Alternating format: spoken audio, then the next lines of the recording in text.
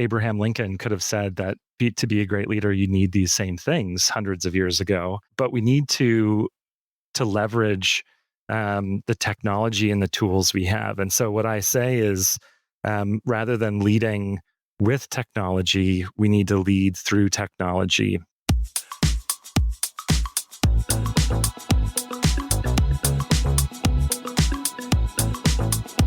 Welcome to the Profit Answer Man podcast, where business owners learn to scale their profits and cash flow and work less doing it. You built your business to fulfill your dreams and serve your mission. You're the backbone of America, creating the jobs and opportunities that keep our economy moving. And for that, you deserve to be well rewarded. We're Profit First certified. It's the first baby step in a journey we take our clients on, building cash-rich, margin-strong businesses that don't suck the life out of you. Check out the first 13 episodes of the podcast. It's Mike Michalowicz and my review of each chapter of the Profit First book. Around here, we speak cash flow, profit, and practical execution. No accounting jargon, no fluff. Most accountants, they might help you save on taxes, but they'll crush your cash flow and make you look unprofitable. That's not just a poor decision, it's a liability. We help you focus on what you love. And when we partner together, we become a profit center for your business. If we don't deliver a massive ROI on your investment in us, fire us. Want to see how it all works? Watch the video version on YouTube or head over to ProfitComesFirst.com to grab your free copy of the Profit Blueprint book and start making profit a habit. You built this business to serve your mission and your freedom. Let's make sure it pays you back big. With all the noise and the change and the tariffs and COVID and the recession worries and everything else going on, how do you keep your focus on the end game? That's our topic today. The management methods of the past don't work with the next generation, and the abundance of choices can confuse and mislead us, leading to less profit and cash flow. Today, let's fix that. Our guest is Mike Peterson, author of the book, Leading in the Age of Digital Disruption. He's the founder and managing partner at Apex Consulting Partners. He's got 2 decades of experience in HR and IT, and he's held global positions in many large organizations. Let's meet Mike and learn from him. Welcome to the Profit Answer Man, Mike Peterson. It's great to have you join us today. Thanks so much, Rocky. Pleasure to be here. And I'm excited to learn from you. Can you share a little bit about yourself and your business? Absolutely. I have a little bit of an unusual background in that I was a HR and IT executive. So two skill sets that you don't often see in one person. Oftentimes, HR people get a reputation for not being super tech savvy, and so it's understandable to be a little bit surprised by my background. I really enjoy helping to build high performing teams through that dual lens of HR and IT. The more I manage those functions, the more I realized that they're incredibly powerful when you use those two really together in concert at an organization.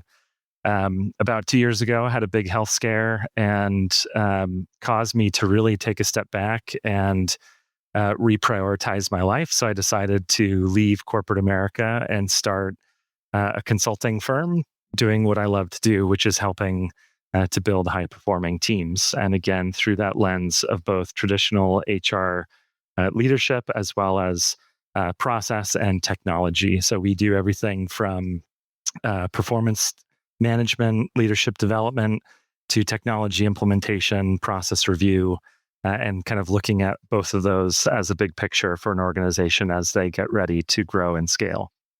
How do you get IT people to behave? It's such an interesting question. I think that IT people are very similar to to kind of like engineers or artists. They're very passionate about what they do. They're often very specialized in their trade. But I don't think that leadership of an IT organization is too terribly different than an IT organization, right? Deep down, IT professionals, they want what's best for the organization. They want the organization to succeed. And I think it's important to try to kind of tie in the big picture, explain the why we do what we do, and make sure that their expertise is really tied into that strategic vision of the organization. Because if left alone, right, they would just be playing with their fun toys, and they just love it. And so there needs to be that anchor there. There does. And I mean, at the end of the day, and this is true of many different parts of or people in general, right?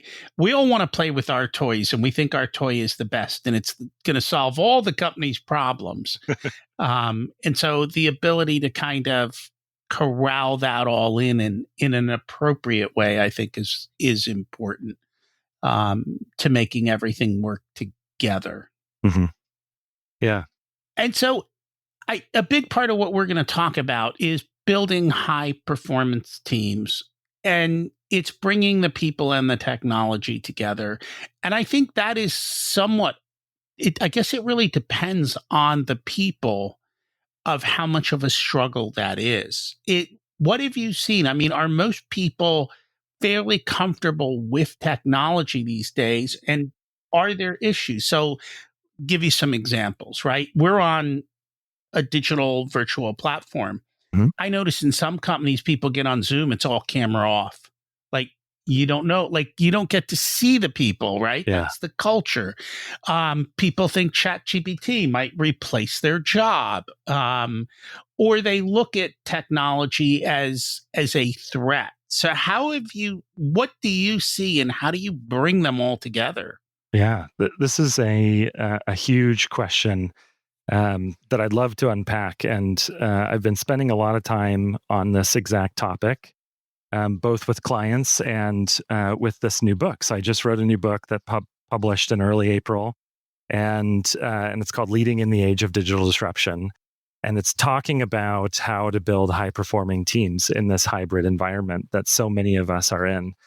And the concepts are very simple. It's built on pillars of trust, transparent communication, and accountability, all wrapped in an air of what I call servant leadership. But servant leadership in a very different way than when it was coined back in the 1970s.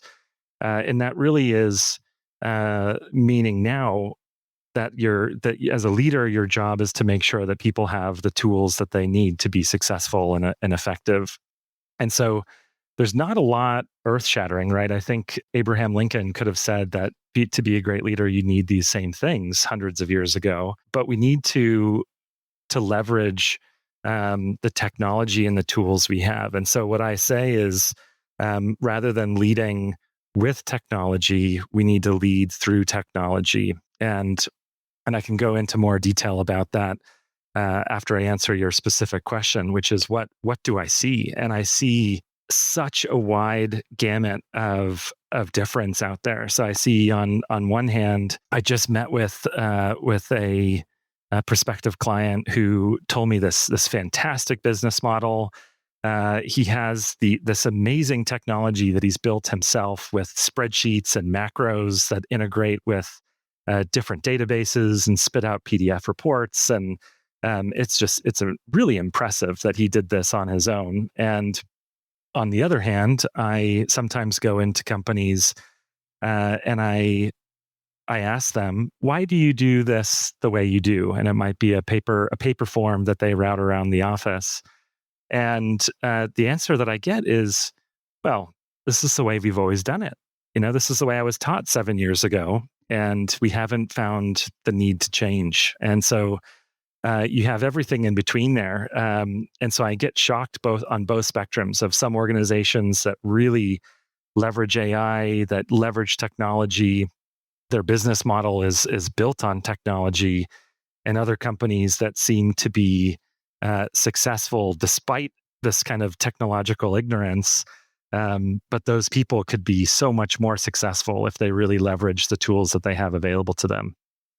Do you notice a skew to one side or the other, or is it half and half? Or I would say that it's probably pretty close to half and half. Yeah, I would say, and the people who are really kind of bleeding edge, I would say that's probably closer to a quarter. People who have AI integrated into their operations, maybe even 10%. I'm not just saying that they, might check in with ChatGPT once a week, but really have AI capabilities as a part of their business is probably only about 10%. from a tech standpoint, I feel like we're in the late 90s when it came to the internet. Like everyone was back then was like, the internet's going to change everything and brick and mortar is going to disappear. Brick and mortar didn't disappear, but yes, the environment has dramatically shifted. Those who caught that wave early made a ton of money. And now it's harder than harder to make money on the internet. Mhm. I feel that AI is going to do the same thing to business, but it's going to do it to every business, and it's going to do it at a much grander, faster, quicker scale, just because of how fast it moves. I mean, I remember, in 2000, half the websites had a little under construction banner on them, like Yeah. we're still building this, right? And today, I've seen demonstrations of AI salespeople that are great because it's taking the emotion out of it. Like, Mhm. should I call them? Should I not call them? AI just goes boom and calls everybody and knocks it out. It doesn't wait. And so this is where tech is driving it. And I think that the companies, they say, well, I fill out this piece of paper because this is the way I did it 7 years ago. They're going to get disrupted somewhere along Yeah. the way. And Yeah. so it's got to change. Yeah. I completely agree with you. And the rate of kind of technological evolution we've been experiencing is definitely exponential. Every year it continues to improve faster and faster. And agree with everything that you said. And this is the name of my book, right? Leading in the Age of Digital Disruption. AI is the disruptor, and it's spreading. If you think about 4 years ago, what ChatGPT could do uh, to today, right? You could tell if you saw an AI generated image. You could tell pretty easily that that's AI.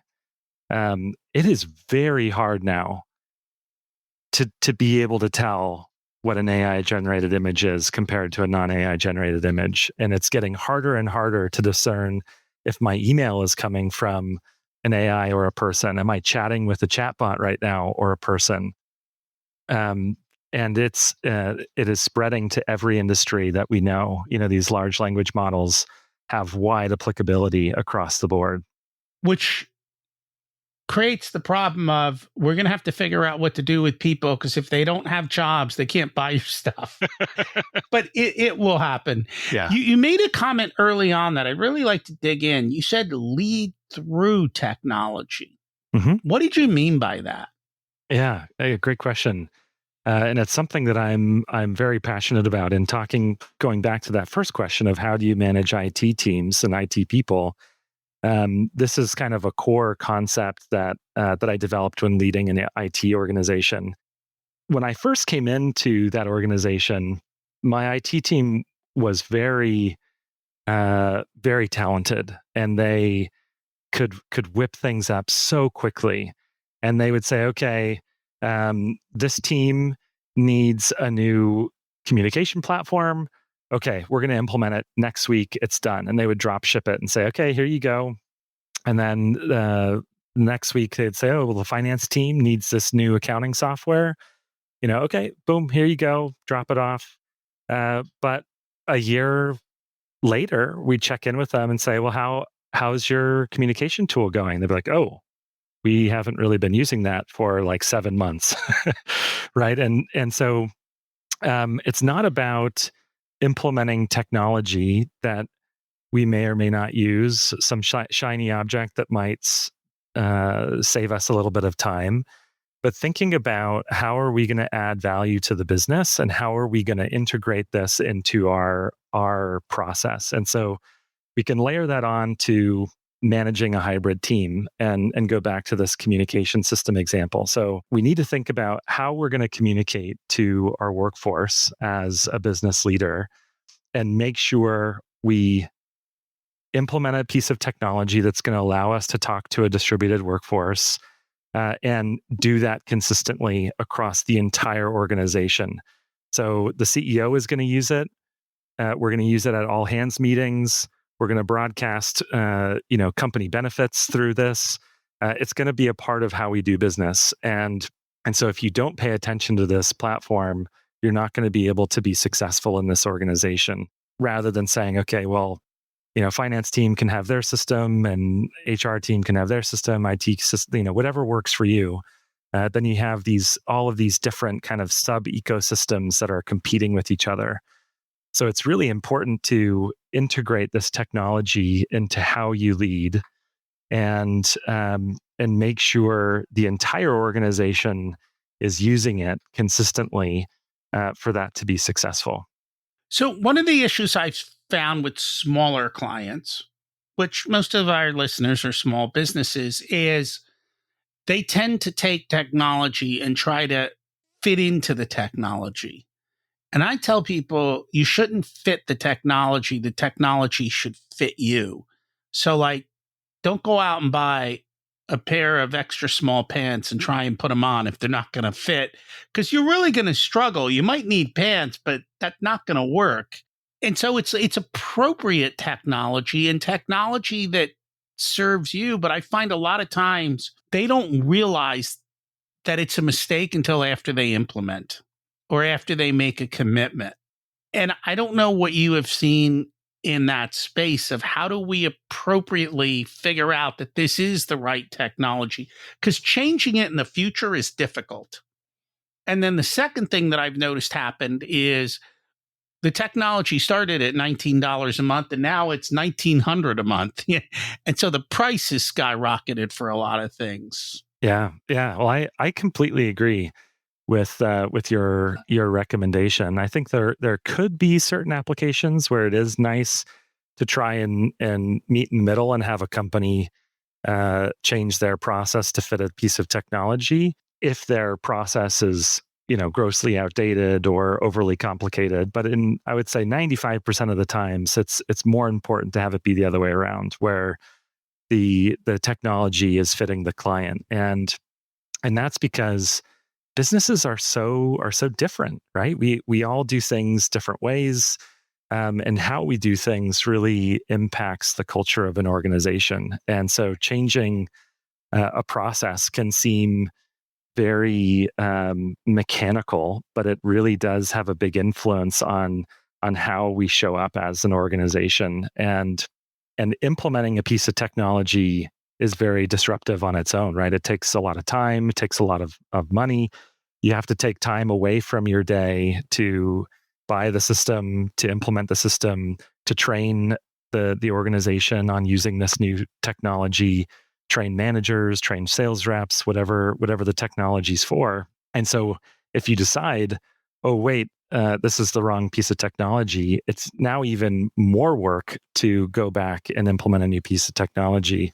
And I have found that so many people and businesses implement technology without having a full understanding of the implications. And they feel like once they're live that they got a bait and switch, right? The salesperson said that it was going to be this magic bullet for me, and it's not working. It's not giving me the value, or it's not doing what they said they were doing. And now they're kind of just stuck with it. And it's actually too costly to then go and rip it out and try to find something new. So I think it's just so incredibly important to make sure you do it right and make sure you think about how you're going to lead through that technology after it's implemented. And I think once it's in, trying to do the second change on top of one bad change creates an environment that is not conducive to change because they don't trust you, right? at that point? They go, you screwed it up the first time. How do I know you're not going to screw it up the second time when you go somewhere else? And so those are difficult choices that have to be made and done well. Yeah, change fatigue is very real. I've seen a lot of organizations that resist and reject change just because they have a little bit of PTSD about how is this going to go? It's probably going to fail, and so you want to pick your battles wisely. In the book, you have those three pillars, so to speak: trust, communication, and accountability. So how do we build trust in today's environment? Yeah, I think trust is really the foundation of any successful team, and it has been for a while. But I think it's even more important now.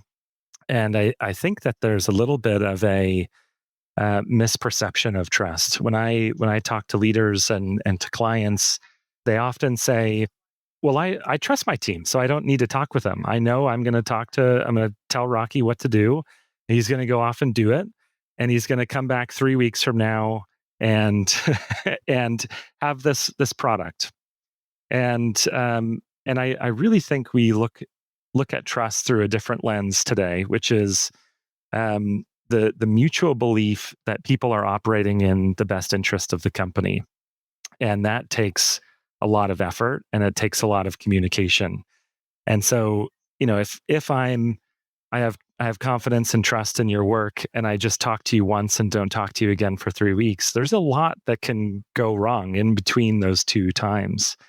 And so, it's really important to kind of build those relationships up front, set communication standards of how you're going to operate together, and really be intentional about how to do that in the modern age, right? You can't just kind of peek over the cubicle and say, "No, like, hey, Rocky, what are you working on today?" You need to think about, okay, if someone is a couple states away, we need to have both scheduled check-ins, but I need to be available for impromptu meetings. I need to have casual get-togethers with people to talk about what's important. Do you have uh, mileposts for the project or certain types of ways that not necessarily that you have to check in, but you realize, hey, it's 3 weeks and I'm seeing the progress along the 3 weeks because certain things are getting done. And you can tell that because you have a system that shows you that. Yeah, I think it's incredibly important to help make sure you're intentionally going towards success. And so, talking about the second step first, and then we'll jump to accountability. Second step is transparent communication, which is very simple in philosophy, but somewhat difficult and rare in practice. A lot of people think, I'm hiring this person because they're an expert. I don't need to tell them what to do, right? But they need to know what success looks like. There needs to be a feedback loop, both directions, where I give you feedback, you give me feedback, and we continually have this conversation around what does success look like in a very, very transparent way. Thinking about trust, we're having this transparent conversation for the benefit of the company, right? Not because I want to hurt your feelings or because I think you're a poor performer. It's because we're working in the best interests of the company. And so accountability is really using both of these two things together and putting a name on it. So accountability, I often hear is, I come into companies and they say, well, we have no accountability. James over there just messed something up last week and he didn't get fired. There's no accountability. And that's accountability based on fear. But what I talk about in the book is accountability based on trust. And so that means that we're working on this together. We need to know who's doing what when. So we need to know what each team is responsible for.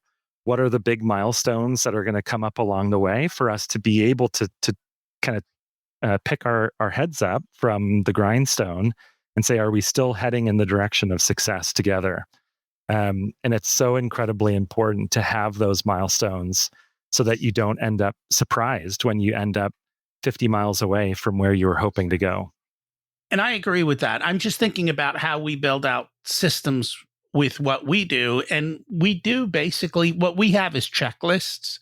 saying done, not done. And certain things within the checklist then have approval parts. So this part got done, it gets sent to me. I can then look at it and make feedback. Is it good? Is it bad? Do we have to change the process? Then it gets approved to the next step. We use spreadsheets to track progress. Now, some people use Asana or one of these workflow systems. You got to use what works for you in doing that. But I think that's a big thing is having some sort of a checkpoint system. And within the checkpoint system is actually people looking at the progress to make sure the project is going the way that you want it to be. And it's funny because with my clients, I know, especially in the beginning, if we don't meet every 2 weeks, I give them something to do and it's due in 4 weeks, it ain't getting done. Like that's just, it's the same basis. Profit first is based on Parkinson's law. Parkinson's law basically says you will use all the time and money allocated to the project. So you give someone 4 weeks, they're not doing 4 weeks of work. They're waiting till like day before it's due. And then they're rushing through it at the last second. So you got to make sure that you have checkpoints to hold people to the timelines throughout it. And then that kind of like I see now as we're talking through this, how the trust and the communication, the accountability all come into the same system. And you've got to have a system that does all of that within it. Yeah. Otherwise, it doesn't get done. Yeah. Yeah. And when I was writing the book and kind of building the model, initially I had it as a pyramid, with a foundation of trust and then the other two layers. But the more I started to try to kind of challenge the formula of what's needed first, it's really this is the three ingredients that are required together at the same time, and they all feed off of each other, and you can't have one without the other. There are certain levels of kind of implementation, right? Where you can have very simple organizations where that could be okay, or you might have other organizations that like to have very complicated timelines built out in Asana with very clear milestones. But checkpoints can do very much the same thing. There are two kinds of complicated. They're complicated in that there are a lot of steps to do this project, and then there's complicated in we have too many steps to do this project. So when you say some of them are complicated, is it the first, or that it's a large project with a lot of steps, or they've complicated the process of doing the project? Yeah, great clarification. And what I was meaning in my head that I realized probably came out the other way was it's a very complicated business model, right? Like I was helping a client acquire another company based in China. They were a 50-person company. They were acquiring a 100-person company. And we needed to talk about how to integrate these teams, both from a people, process, and technology perspective, right? There were well over 300 individual kind of mini projects within that overall project that needed to be done. So it's very, very complicated, where on the other hand, you could have a much simpler process that needs a little bit less oversight, that has maybe less rigid timelines. Yeah, because I definitely don't want to overcomplicate just because I like to micromanage. When you look at all those steps, do you ever take the time to say, do we really need to do this? Absolutely. I think part of the process is that feedback loop, right? Is this really adding value to the company? Is this going to be worth our time and effort in doing this? And really, what are the goals, right? What are we trying to get out of this? Because scope creep is inevitable. You will always have scope creep, and it's kind of this continual process of kind of rechecking. Is the juice worth the squeeze? Do you find most people do that? To ask that question? No. It's often, I feel like it's missed. I do. Okay. That's what I thought. That's why I kind of brought it up. I'm like, people just do stuff for the sake of doing stuff. And just today we were having the conversation. We're all so busy. I'm like, yeah, busy doing what? Like, because I can tell by the stats that you shouldn't be busy because the Yeah. numbers say you're not. Yeah. Now, whether you're doing things that are useless, sure, but it might not be relevant. Yeah. Yeah. I was at kind of the height of one of my last companies before we got acquired. I was managing an HR department and IT department, and would have my regular department meetings and one-on-ones, and everyone said, we are so busy, we're slammed. I don't even have enough time to eat lunch. Like what? Like working weekends? Like what? I don't want you to work weekends. I don't want you to work through lunch.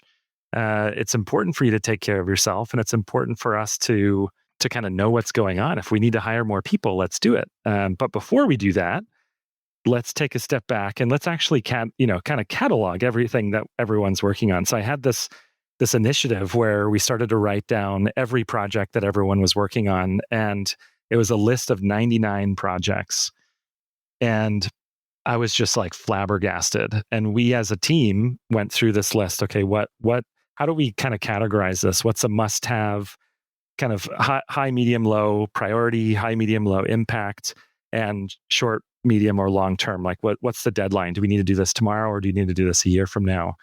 And after this exercise, it turned out that we had 14 projects on the list from 99. Yeah, a lot of wasted effort. And I think if you don't take the time to ask, do we need to do this? That is what happens, which kind of brings me to this next question. And it kind of falls into that, although I didn't expect it to. What we permit, we promote.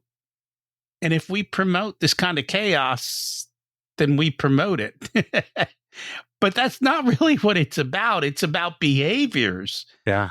And what behaviors we permit, we promote. Because people will do what they see others do. Yeah. Yeah, absolutely. This is possibly one of the most impactful quotes of my career. I've read a lot of leadership books and done a lot of workshops, and it was actually a leader in one of the companies that I worked with who was the one who first told me the quote. And it's a little bit unclear who originally coined the term, because there's a little bit of a debate on that online. But it's really powerful that if we say one thing, right, like let's just take lying, for example. If we say lying is bad as an organization, we don't want to lie. That's great. But then if lying happens in the team, what do we do about it, right? If we don't do anything about it and everyone starts lying, then of course, actually lying is accepted on the team, right? And it's so incredibly important to lead by example and think about what we permit, we promote. If you let bad behavior slide, you're actually encouraging it. And if one person sees bad behavior happen, that person is now incentivized to misbehave to get what they want, right? They know that they can get away with this, use it to their advantage to get whatever it is, if it's a promotion or a flexible schedule or an extension of a deadline, less work, what a raise, whatever that might be. And so it's such a powerful phrase that it's not necessarily a focus point of the book, but I had to work it in there. At the beginning, you talked about servant leadership, but I think you have a different definition of that. So I'd love to hear what your thoughts of servant leadership really are.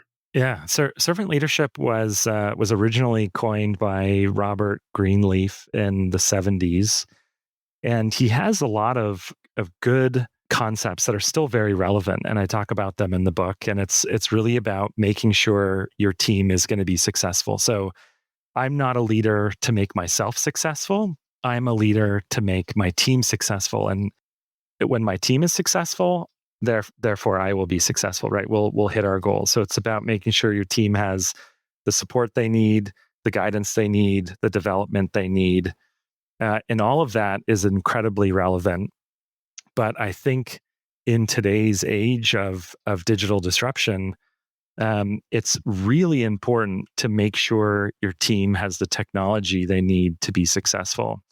I've worked with clients that view that as micromanaging, and they think that if their team wants to use paper forms, then by all means use paper forms. But what they don't see behind the scenes is that, not leveraging technology is costing them a lot of money. And in some cases, it could be millions of dollars. And so if teams can effectively leverage technology in what they do, it can add a tremendous amount of value. It can relieve a tremendous amount of stress, and it can build a lot of efficiencies in an organization. I'm struggling to think of where a paper form would make sense other than a sticky note. That's the way I feel. I'm just a digital kind of person with digital notes, digital everything. And to me, there are certain times where paper makes sense, but it seems to be rare these days. Mm-hmm. Yeah. And I've had, interestingly enough, I've had some people do this kind of hybrid, paper technology hybrid. And I ask about their process and they say, oh yeah, we use eForms. So they start with a form, they load it into DocuSign, they send it for signature in DocuSign, but then they print it out and then it goes to someone else as an FYI. And there's this kind of hybrid where it's eForm, but not an eForm. And so I've been surprised at how common still it is for people to kind of cling to the paper process that they grew up with. We'll have to disrupt that. That's my goal. That's my goal. It does not seem very profitable in our world. Yeah. If people would like to learn more about your company, the book, where can they find out more about you guys? Yeah, I'm very active on LinkedIn. So you can come find me on LinkedIn with Mike Peterson or Apex Consulting Partners. You can find my website at apexconsulting.partners. And you can find Leading in the Age of Digital Disruption on Amazon or wherever you buy your books. Cool. Well, thank you so much for joining us today. Thank you so much for having me, Rocky. It's been a pleasure. Do your people trust you? The cost of a lack of trust is massive. Here's the thing, it doesn't show up as a line item on your P&L, so you don't know how much you're actually losing. Do you adequately communicate? And do you check to see if they heard and understood what you said? We've covered that in previous episodes. The cost of miscommunication is massive. And again, it doesn't show up as a line item on the P&L. So you don't know how much you're losing. How does accountability work in your organization? Are you not only accountable to your people and your people to you and to each other? Once again, the cost of no accountability is massive, and it doesn't show up as a line item on the P&L report. But all three of these do show up in the net profit line, and they can make a massive impact. It comes back to making sure you have it done correctly. Because you don't need more resources. You need to be more resourceful. We provided some ways for you to think about that. Remember to focus on the bottom line. Thanks for listening to The Profit Answer Man, where we believe more revenue doesn't mean more profit, and the bottom line is what really matters. If you're ready to stop living, check to check, take control of your cash flow, and finally get paid what you're worth, we should talk. We work with 7- and 8-figure businesses and well-funded startups. If you're a smaller business, check out the Profit Blueprint program. It's a do-it-yourself solution that also can come with my direct guidance in the same level we give our one-on-one clients. When you're ready for results, book a discovery call. There's a link in the show notes or at profitcomesfirst.com. You'll be speaking and working directly with me. In the meantime, grab your free copy of the Profit Blueprint at profitcomesfirst.com. It's the next step to turning your business into a consistent cash flow generating machine. If you'd like to dig more into leading yourself, your company, and building the ultimate life, listen to my other podcast, Richer Soul, where we cover these topics in great depth. There's a link in the show notes. As we close out, let's repeat the mantra. Revenue is vanity, profit is sanity, and cash is king. Have an abundant and profitable week.